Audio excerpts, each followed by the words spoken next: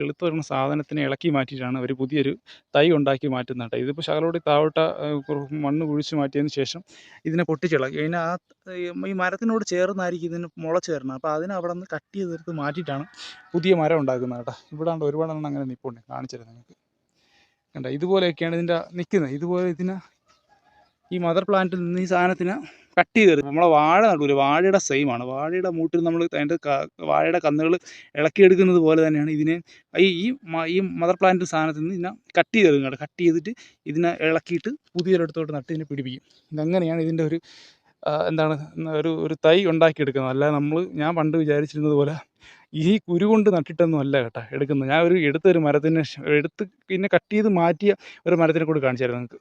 പിന്നെ ഈ മരത്തിൽ നിന്ന് വെട്ടി മാറ്റിയെടുക്കേണ്ട തൈ എടുത്ത് മാറ്റിയതാണ്. അപ്പോൾ ഇവിടെ ഇങ്ങനെ ഒരു ഹോളായിട്ട് തന്നെ കിടക്കും. ഇതിന് കേടൊക്കെ വരും കേട്ടോ. കുറച്ച് നേരം കഴിയുമ്പോഴത്തേക്ക് ഈ മരം അങ്ങ് നശിച്ചു പോകും. എന്തുകൊണ്ടാണ് ഇങ്ങനെയെന്ന് എനിക്കറിയില്ല കേട്ടോ. അപ്പോൾ ഒരു തൈ ഉണ്ടാക്കുന്ന നേരത്ത് ഒരു മരത്തിൽ നിന്ന് 2-3 തൈകൾ കിട്ടും. അപ്പോഴത്തേക്ക് എനിക്ക് തോന്നുന്നു ഈ മരം അങ്ങ് നശിച്ചു പോകാനുള്ള സാധ്യതയൊക്കെ ഉണ്ട്. ഇപ്പോൾ വലിയ കുഴപ്പമില്ല നിൽക്കുന്നു. പക്ഷേ ഒരുവിധം